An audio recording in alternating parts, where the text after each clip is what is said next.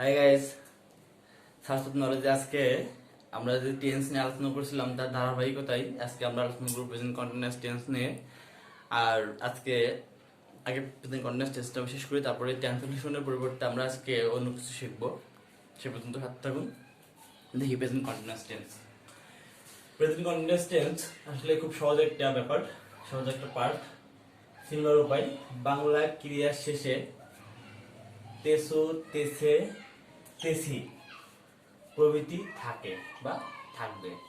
এখন ঘটনা হচ্ছে এখানে আমি লিখেছি যাচ্ছে, যাচ্ছি, যাচ্ছে, সরি যাচ্ছে, যাচ্ছি, যাচ্ছে, যাচ্ছি প্রভৃতি থাকে। এখন ঘটনা হচ্ছে যাচ্ছ।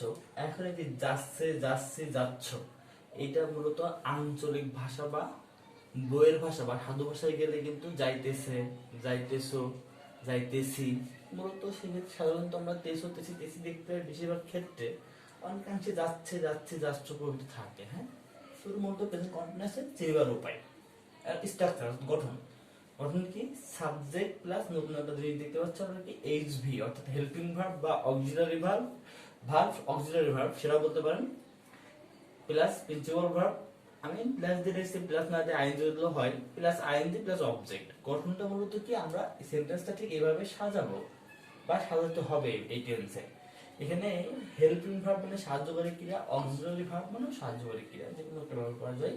তো সাহায্যকারী ক্রিয়া মূলত এই টেন্সে কি, এম, ইজ, আর। এখন ঘটনা হচ্ছে কোথায় এম, কোথায় ইজ, কোথায় আর বসবে, এটা একটা ব্যাপার থাকে। তো এখানে যদি আমি দেখি যে এটা যদি ফার্স্ট পারসনের ক্ষেত্রে এম বসবে, মূলত ফার্স্ট পারসন বলতে শুধু আই, আই মানে ফার্স্ট পারসন, এটা তো আমরা জানি। সুতরাং আমি এখানে ভেবে দিচ্ছি যে আই থাকলে এম হবে, মানে আই যদি থাকে প্রেজেন্ট কন্টিনিউয়াস টেন্সে সাবজেক্ট যদি আই হয়, মানে আমি দ্বারা শুরু হয়, তাহলে অবশ্যই সাহায্যকারী ক্রিয়া এম হবে। ঠিক সেভাবে ইউ থাকলে আর হবে। একটু মাথায় রাখবেন যে আই থাকলে এম, ইউ থাকলে আর, এটা মাস্ট বুঝবে। দেন এটা দেওয়ার কারণে আমাদের কি সুবিধা হলো, এখন আমরা বলতে পারতেছি কি যে সিঙ্গুলার নাম্বার হলে কি ইজ বসবে, আর প্লুরাল নাম্বার হলে আর বসবে। যে পার্সনের ক্ষেত্রে কারণ আমাদের যে প্রবলেমটা ছিল সেটা কিন্তু আমরা সলভ করে দিয়েছি, আই থাকলে এম, ইউ থাকলে আর। আর বাকি ক্ষেত্রে যদি সেটা এক বচন হয় তাহলে ইজ অর্থাৎ সিঙ্গুলার, আর বহু বচন তো প্লুরাল হলে আর। এখন আমরা কিছু ট্রানজিশন দেখবো, মানে জাস্ট এটা প্রেজেন্ট কন্টিনিউয়াস টেন্সের উদাহরণ হিসেবে। যেমন তাহারা মাঠে যাইতেছে, তাহারা অনেকে এখানে বোঝাচ্ছে, সুতরাং এটা কি, এটা থার্ড পারসন প্লুরাল নাম্বার। দে প্লুরাল আর বসে, দে আর গোয়িং টু ফিল্ড, তারা মাঠে যাইতেছে। সে থার্ড পারসন সিঙ্গুলার নাম্বার, সে একটি বই পড়িতেছে, হি ইজ রিডিং এ বুক। তারপর বলে আমি ইংরেজি পড়িতেছি,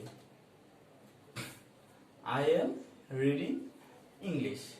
এই যেখানে আই হচ্ছে ফার্স্ট পারসন, আই থাকলে এম চোখ বুঝে দিয়ে দিতে হবে, আই এম রিডিং ইংলিশ। এখন ঘটনা হচ্ছে এখানে কিন্তু প্রেজেন্ট কন্টিনিউয়াস টেন্স শেষ।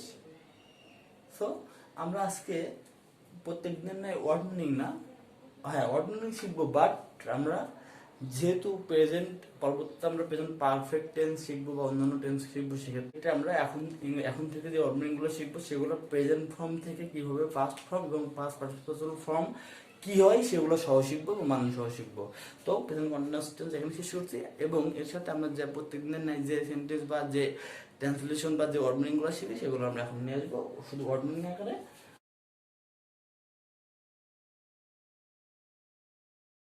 Present form, past participle form. মূলত আমরা প্রত্যেকদিন যে ট্রান্সলেশন বা ওয়ার্ড মিনিং শিখি, আমরা আজকে এটা কেন শিখতেছি আমরা নেক্সট ক্লাসে গেলে অবশ্যই বুঝতে পারবেন।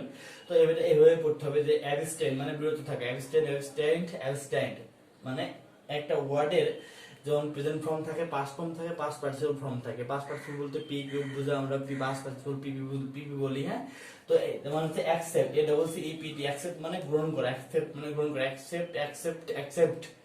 তারপর অ্যাসিভ মানে অর্জন করা, অ্যাসিপ্ট। তারপর অ্যাক্টিভিটি মানে সচল করা, অ্যাক্টিভিটি মানে সচল করা, অ্যাক্টিভিটেড মানে এইভাবে পড়তে হবে, এবং মানুষ সহ মুখস্থ না করলে কিন্তু কোনো কাজে আসবে না। অ্যাটাক মানে আক্রমণ করা, অ্যাটাকড। অ্যাডভাইস মানে উপদেশ দেওয়া, অ্যাডভাইসড।